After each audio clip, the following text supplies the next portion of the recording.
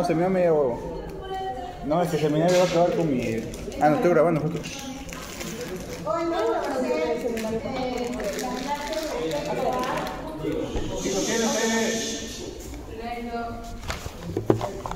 Samuel Maximiliano Ramírez, por favor. Señor Josué.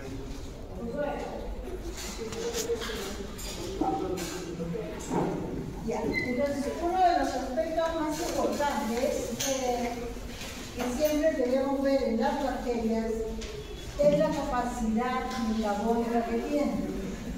Y una de las otras virtudes que podemos observar es que también cambian su metabolismo, su fisiología, la forma de responder a las condiciones ambientales, y eso les favorece para poder adaptarse. Pero siempre lo que llama la atención es cómo lo hacen.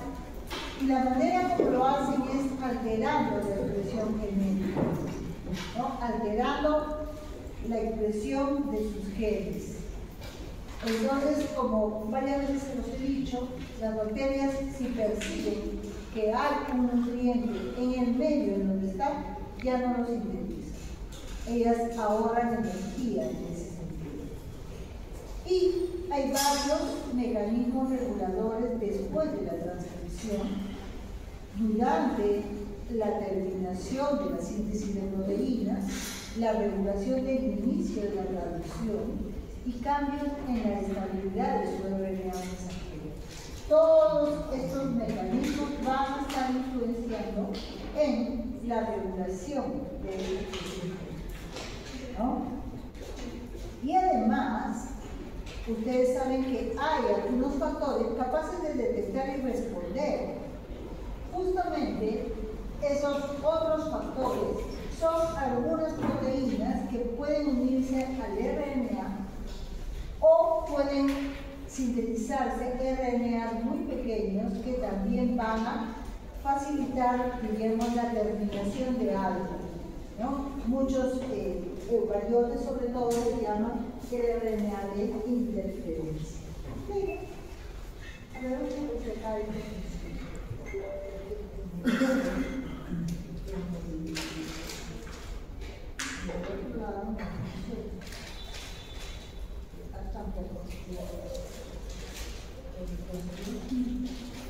ya.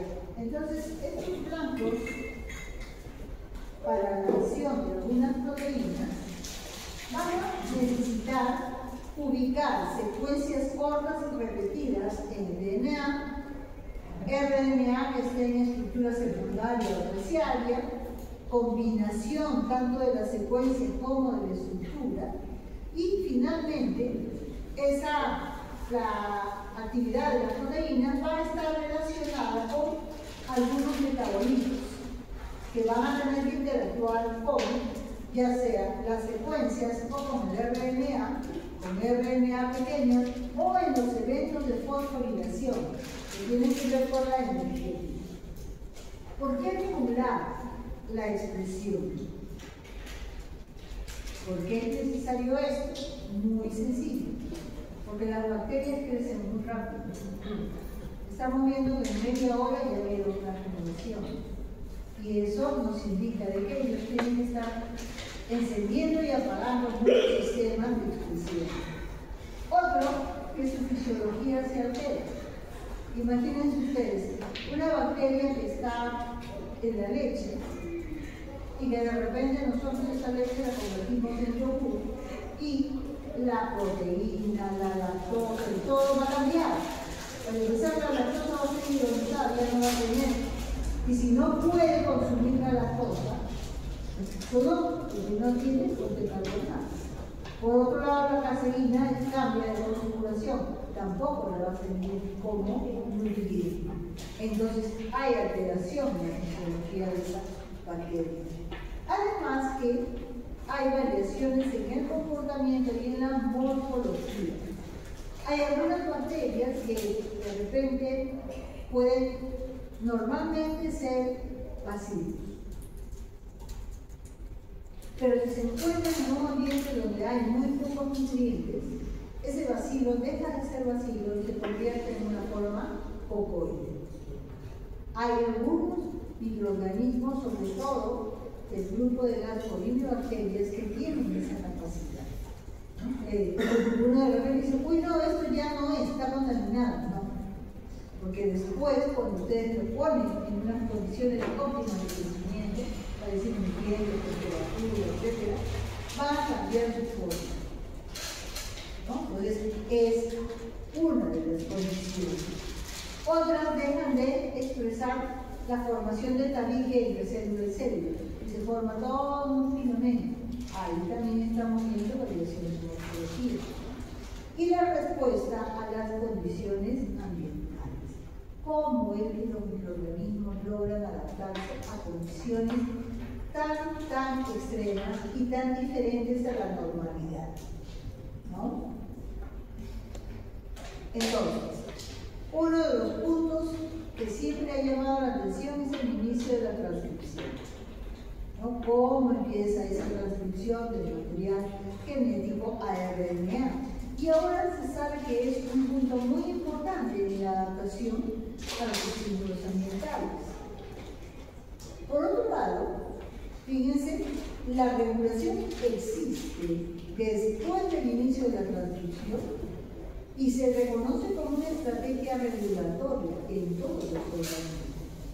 O sea, ¿se transcribe o no se transcribe? ¿Expresamos esos genes o no los expresamos? ¿Qué nos dice el ambiente? Que eso se trata.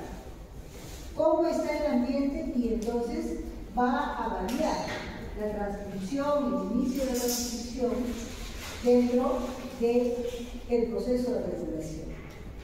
¿Cuáles son los mecanismos identificados de manera didáctica, diríamos así?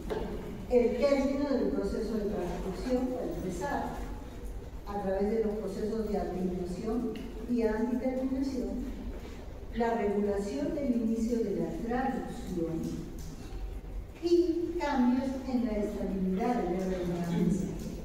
Ustedes saben que el RNA mensajero, como es una molécula de una sola hebra, va a tener la facilidad de formar tallos y bucles, y esa formación de tallos y bucles los van a llevar a estructuras que pueden permitir o no la traducción del mensaje. En bacterias, usualmente, toda su genómica está en base a operoides. O sea, su forma de regular es en base a operoides. Entonces, el operón es un modelo que le confiere a la bacteria autonomía sobre la expresión de lo que debe sintetizar. Y entonces hay dos tipos de operones, los de expresión constitutiva y los de expresión regular, ¿no? Estos constitutivos son los que toda la vida van a estar, aquellos que van a permitir, por decirles,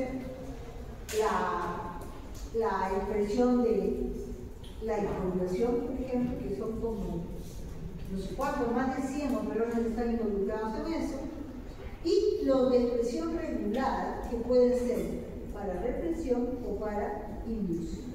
O sea, para dejar de expresar unos genes o para inducir la síntesis de unos genes, ¿no? Entonces, ese uno de los mecanismos.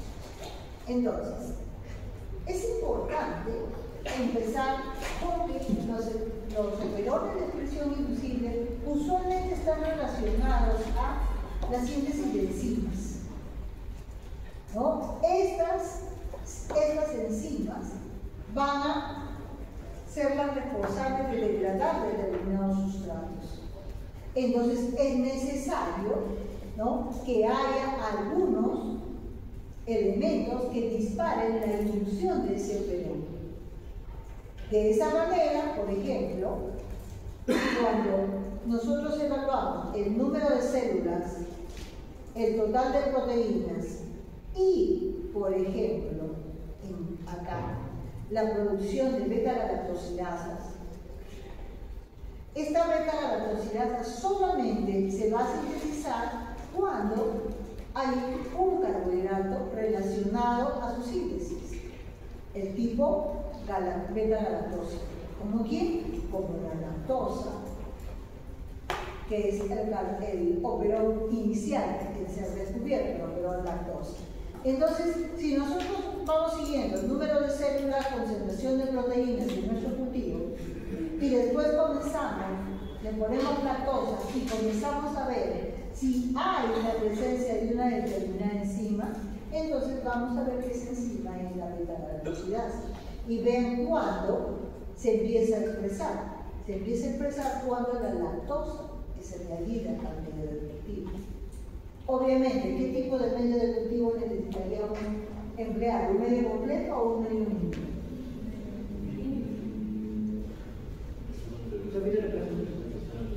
¿Qué tipo de medio de cultivo tendríamos que usar? ¿Un medio mínimo o un medio completo para poder ver la actividad de lactosa? Completo. O sea, ¿quieres que lo veas completo? Yo diría que completo. ¿Un medio mínimo? Un medio mínimo por lactosa.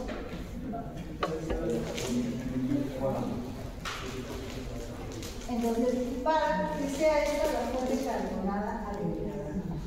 Entonces, solamente fíjense ustedes, en este punto del tiempo, supongamos después de 8 horas en que añadimos lactosa, ahí recién empieza a evidenciarse la síntesis de beta-galactosa. ¿No? Entonces, es un ejemplo muy claro para este caso, ¿no? El operón claro. Lo mismo ocurre con los operones de expresión reprimible, perdón. Miren ustedes, número de células, concentración proteica, añadimos arginina acá, y en ese punto, y vamos a tener que una vez que se añade la arginina, ya no hay enzimas de la biosíntesis de arginina. O sea, lo que se había sintetizado, eso queda en ese punto, esa concentración. ¿Por qué? El verde tenía arginina, ¿o no? No tenía arginina. Entonces, la bacteria estaba haciendo un proceso de síntesis de ese aminoácido para cubrir las argininas que necesitaban sus proteínas. Pero ¿qué ocurre si nosotros agregamos un pulso de arginina? Ya no necesita sintetizar. Y es por eso que queda la misma concentración de lo que se había venido iniciando. Usualmente, estos operones de expresión reprimible van a estar relacionados a la síntesis de aminoácidos. Hay muchos, como el operón triptofano, el operón histidina, etc., tienen que ver con esto. Entonces, ¿qué es lo que pasa con estos operones? Nos van a ajustar la síntesis de sustancias necesarias para la nutrición bacteriana. Cuando digo sustancias, estoy refiriendo lo más probable es aminoácidos. Una aplicación de este concepto está, por ejemplo, en la elaboración del bicarbonato monosódico, ¿no? O sea, la llamamos colinebacterium. Perfecto. Entonces, ahí. Acá, en esta gráfica, vamos a ver la comparación de lo que ocurre tanto en represión, que es esta zona, como en inducción. Entonces, ¿qué ocurre? Un operador tiene un promotor, un operador y los genes estructurales. Pero ocurre que esto va a estarse sintetizando, va a haber una transcripción activa, y la molécula represora sintetizada por el operón va a estar libre. En cuanto aparece la molécula, en este caso, por ejemplo, supongamos arginina. Aparece la arginina, se une al represor y el represor va a tener afinidad por el operador. Y cuando hay esta afinidad por el operador, ya la RNA polimerasa no va a poder seguir leyendo el mensaje y por lo tanto se detiene la síntesis, ¿no? Por el contrario, cuando hay un inductor, el represor está pegado al operador. Entonces no hay síntesis, porque no se necesita. Es la forma que tiene de controlar. Y cuando aparece la molécula inductora, la lactosa, el mannitol, la maltosa, lo que quieran, tipo carbohidrato, se une al represor y el represor va a dejar de tener afinidad por el operador. Al dejar de tener afinidad por el operador, entonces ocurre la transcripción de los genes estructurales y por lo tanto ocurre la degradación del carbohidrato. Entonces, son con los mismos elementos dos formas de una funcionalidad para poder regular el consumo o la síntesis de algo que va a degradar. Un proceso que es bastante peculiar en las bacterias es la regulación por sustitución de la subunidad del sigma de la RNA polimerasa, ¿no? Entonces, ocurre que hay una nueva subunidad que reemplaza a la subunidad sigma original y de esa manera permite que la RNA polimerasa continúe transcribiendo los operones que hasta ese momento estaban silenciosos. Entonces, fíjense, en la formulación de bacilos. O sea, creo que cuando hicimos la clase de formulación les dije, ¿no? Son 8 etapas, ¿no? Y que se da cuando hay ausencia de carbono o ausencia de nitrógeno, o sea, deficiencia de intensidad. No hay carbono, no hay nitrógeno, no puedo sintetizar ninguna proteína, por lo tanto, no me debo de morir, mi especie debe de sobrevivir. Y una forma de sobrevivir es expresar los operones de la experiencia. Es entonces, hay deficiencia de determinados aminoácidos que van a exaltar esa síntesis. ¿Y cómo lo hacen? Por ejemplo, aquí sería por activación de los operones por falta de alanina, falta de fosfatos, etc. En el Escherichia coli, por ejemplo, ¿cómo es que el Escherichia coli, ustedes están viendo, puede sobrevivir al shock térmico? Es lo que hablamos de hacer, ¿no? Exacto, lo que estamos haciendo, ¿no? ¿Qué es lo que pasa? Tiene su sigma 70, que es el factor normal en la RNA polimerasa. Este factor es reemplazado por el sigma 32, ¿no? Y también ese mismo cambio puede ocurrir cuando tienen fuentes de nitrógeno distintas. Por ejemplo, el Escherichia coli no degrada nitratos, por ejemplo. Entonces la pones en una fuente de nitrato y cambia su factor sigma al sigma 54. Igualmente, en el caso de las bacterias que tienen flagelo y van a responder a efectores, a quimioefectores de quimiotaxis, también esa respuesta se da por el sigma 28. O sea, van viendo que el factor sigma va cambiando. ¿Y qué es lo que va a permitir ese cambio del factor sigma? Que la RNA polimerasa pueda continuar la lectura del mensaje, ¿no? Entonces, ya, la sigma 70 no puede, entonces, ¿en qué situación estoy? Shock térmico, le pongo la sigma 70. Estoy en una situación de falta de nitrógeno, le pongo la 54. Y de esa manera van cambiando su factor sigma y van a poder superar ese factor ambiental estresante para ellos. El estrés para ellos significa no alimentación, y si no hay alimentación, no hay crecimiento, ¿no? Sí.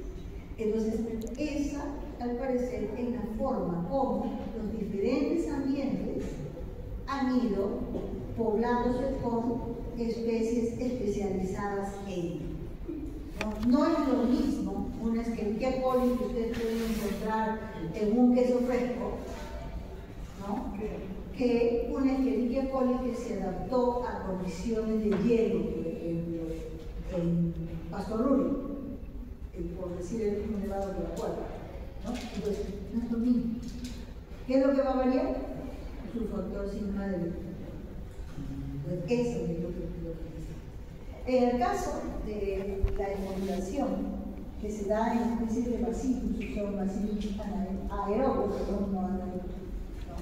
Entonces, cuando crece, bacillus tiene la enzima de la polimerasa, la típica, A2, BB' más enzima 43.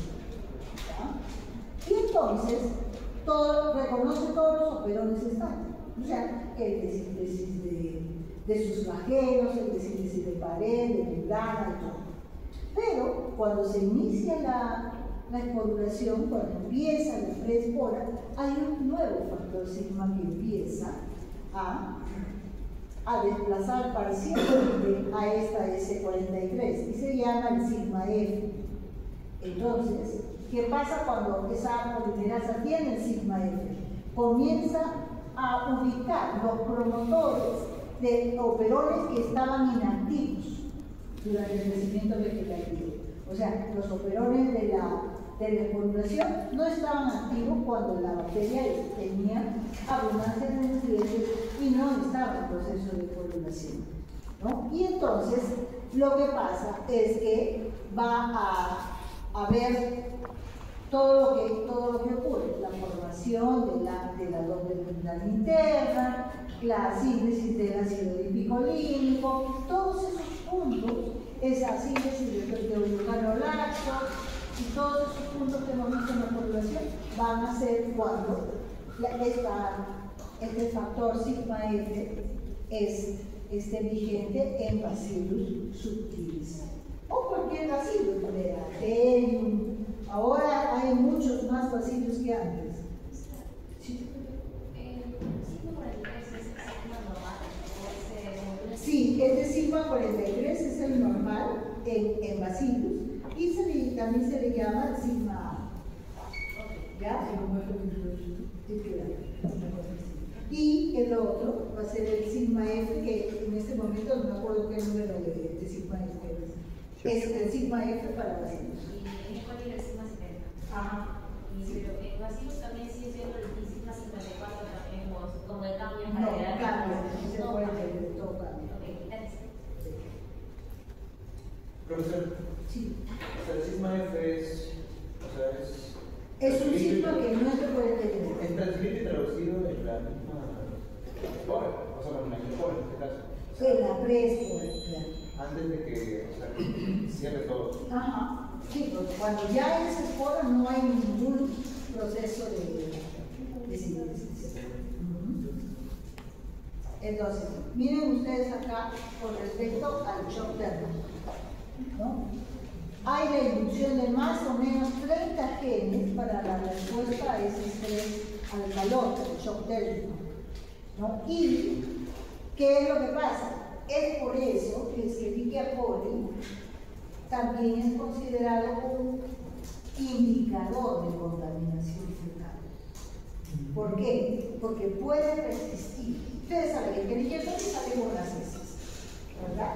Sale con las heces, contamina cualquier lugar. Ahora, en nuestro medio vemos la señora que aquí nomás afuera fríe las yuquitas, las cachangas, a mí me dan ganas de comer una cachanga con queso, pero pienso que esa señora está allí todo el día y no tiene un baño. ¿Se acuerdan? Ese es nuestro problema. ¿Qué tiene que ver con el baño? Porque la señora va a hacer el 1 y el 2 por el y no tiene agua para lavarse las manos. No, no diga eso. ¿Ves lo que te come? ¿Ves lo que te come? Eso es lo que hace que la persona come y después tiene un evento diarreico. No está Brian. Ese habría comido.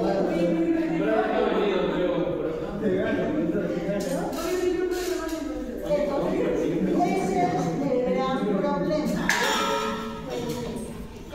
¿qué pasa? Que esta bacteria resiste la temperatura porque tiene estos cambios en su polimerasa, en su RNA polimerasa. Entonces va a estar, está calientito, no, si está caliente ya se murieron todos los bichos, mentira. ¿Y si lo llevo así, claro? Si lo llevas así, claro. Pero a veces también hemos hecho la prueba de tolerancia a temperaturas hasta casi 90 grados han resistido el coli. Ahora también allí yo no puedo decir resiste, ¿no? Porque a veces no llegan a todo el cultivo, está cubierto con el agua a esa temperatura, el grosor del vidrio también es diferente, deja pasar más o menos la temperatura. Entonces son factores que pueden influenciar de manera positiva o negativa para la bacteria. ¿Y qué pasa con salmonella, que también es frecuente en esos casos? Es lo mismo. ¿Salmonella también expresa lo mismo? Y el gran problema con salmonella es que si una persona tuvo tifoidea y no fue bien curada, ¿cómo nos curamos nosotros? Vamos al farmacéutico, señor, estoy así, el farmacéutico, ya, téngase estas 3 pastillas, con eso le va a curar. Un clásico. La persona se toma sus 3 pastillas, se siente mejor, dice, ya me curé. No, la salmonella se queda en la vesícula biliar. Ah, la vesícula. Y toda su vida la persona va a estar expulsando salmonella en sus heces. Sí, es el portador sano de ese monodosis. Sí.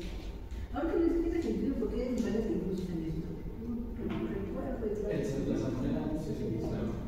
Pueden buscar, ustedes conocen eso, el caso de Mari tifoidea, creo que se llama.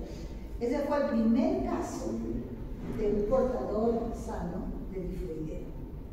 Y Mari tifoidea era una cocinera. Exacto. Sí. Era una cocinera. Y las familias a donde ella estaba yendo siempre terminaban enfermas de tifoidea. Hasta la llevaron a la cárcel para que no siga trabajando. ¿Por qué? Cuando hicieron un chequeo de todo, en su vesícula biliar estaban almacenadas las sangre. Sí, es cierto, claro. Pero yo te voy a decir una mentira. No, el 22 años sola.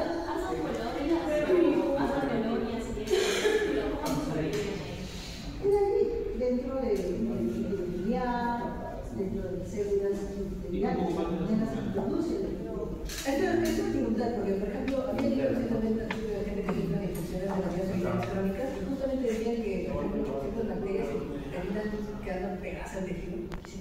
Como que es muy difícil ya con los conocimientos. Y tradicionales.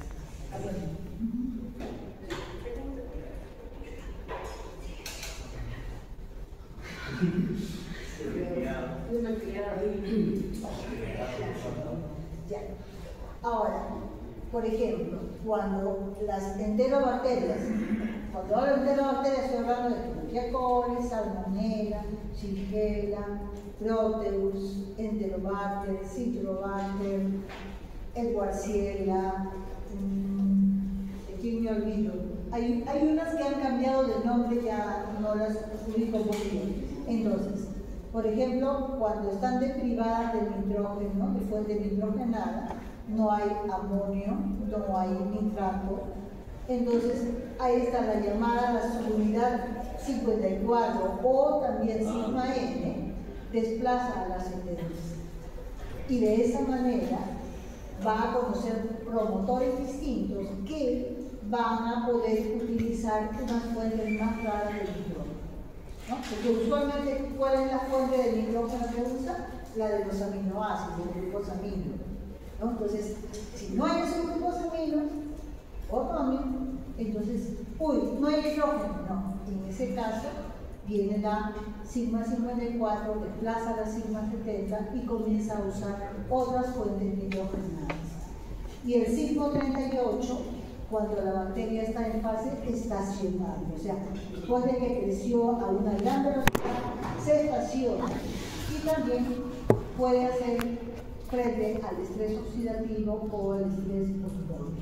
O sea, podemos ponerla frente a 7 u 8% de cloruro de sodio y comienza a crecer. Pero ¿cómo? Si esta bacteria no me gusta mucho la concentración de sales, es por el cambio en la holoenzima. Igualmente ocurre con la síntesis de los flagelos y el proceso de quimiotaxis que hemos visto en algún momento. Aquí se transcribe por una unidad especial, la sigma 28 o sigma F, ¿no? Que es la sigma del flagelo. Entonces, es muy probable, ustedes vieron Klebsiella, me estaba olvidando de la Klebsiella, ¿no? Klebsiella es una de las bacterias inmóviles, al igual que Shigella. Son dos enterobacterias que no tienen movilidad. Entonces, ellas, ni cambiándole las polimerasas, van a tener flagelos.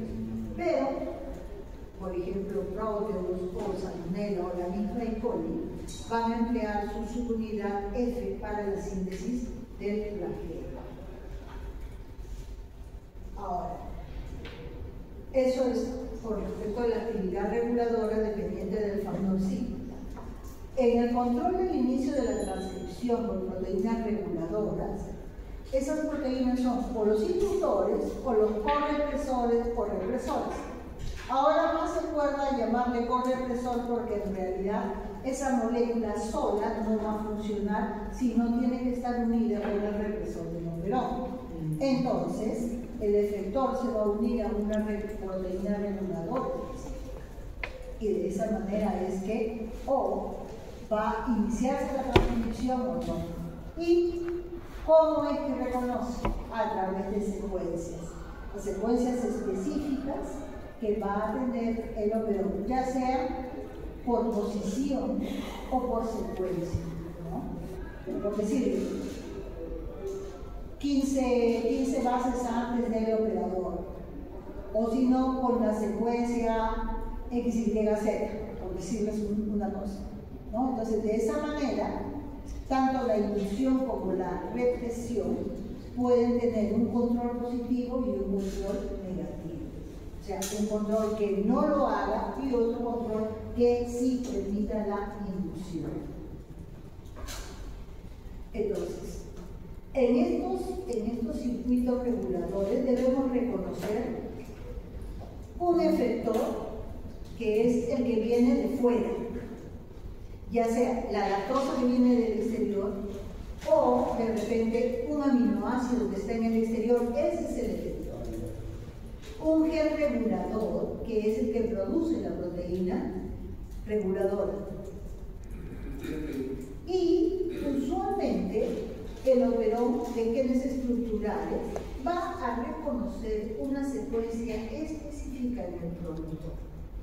Porque es el promotor que al unirse con la RNA polimerasa va a tener la afinidad de todos los motores y va a poder desplazarse para la transcripción, ¿no? Entonces, eso es. Y usualmente el reconocimiento de esas proteínas es por dos componentes. Generalmente tienen una parte de la proteína o una proteína que estabiliza la hélice del DNA y otra que reconoce. Pero tiene que haber una secuencia o una especie de nexo que sea el que permite la flexibilidad. Por eso se habla de una regulación por proteínas de dos componentes, ¿no? Entonces, eso es. Usualmente hay una proteína que tiene residuos de histidina y que tiene una actividad quinasa. Por eso se habla de la HPK. Esta proteína histidina-fosfoquinasa va a autofosforilarse y de esa manera va a fosforilar al regulador de la respuesta, o sea, al que va a señalizar o que va a unirse con el estímulo. Y este regulador de respuesta puede activar la transcripción o puede reprimir la transcripción. Cualquiera de las dos cosas, depende de lo que se trata. ¿no? Y esta familia de la cistidin quinasa tiene un dominio carboxilo terminal que caracteriza a toda la familia y es el dominio de transmisión. O sea, es el dominio que va a permitir esta interacción. Por otro lado, la familia de estos reguladores en el dominio N-terminal será el receptor, o sea, el que reciba y pueda unirse a un lugar en la tierra del DNA.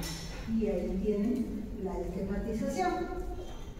El sensor que permite ver al efector que está en el exterior, ¿no? Y este sensor se va a fosforilar, linquinasa de la familia, y va a unirse al efector, y esta fosforilación nos puede dar acá el problema de la activación de la RNA polimerasa, luego se libera y va, una vez liberado el fosfato, queda como el regulador de respuesta, libre para nuevamente hacer el círculo, ¿no? Y poder seguir o uniéndose o activando el objeto, ¿no? O sea, reprimiendo o activando al objeto.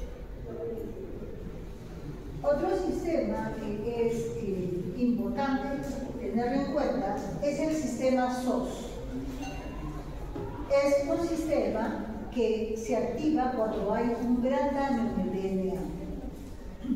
Y entonces, si hay daño en el DNA, ¿qué cosa voy a transcribir si está dañado?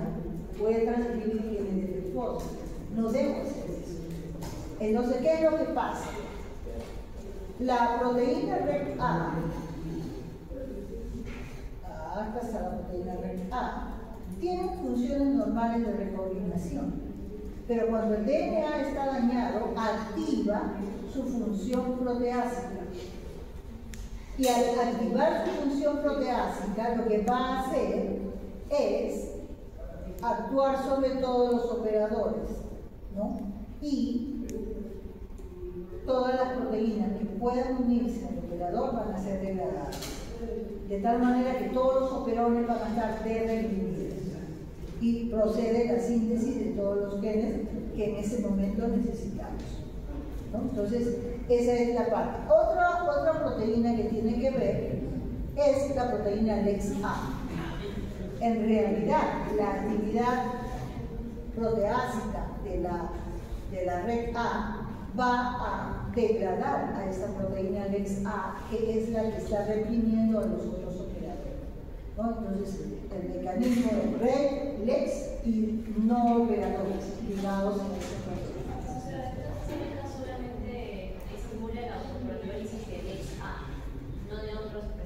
No, lo que pasa es que el LEX-A está codificando otros represores. Y también existe ¿recuerdan ustedes cómo se regulaba el biofilm? La acidoselenatona. Entonces ahí también hay una recepción de fluorescencia. Y ahí terminamos la clase de hoy. Ahorita lo que nos parece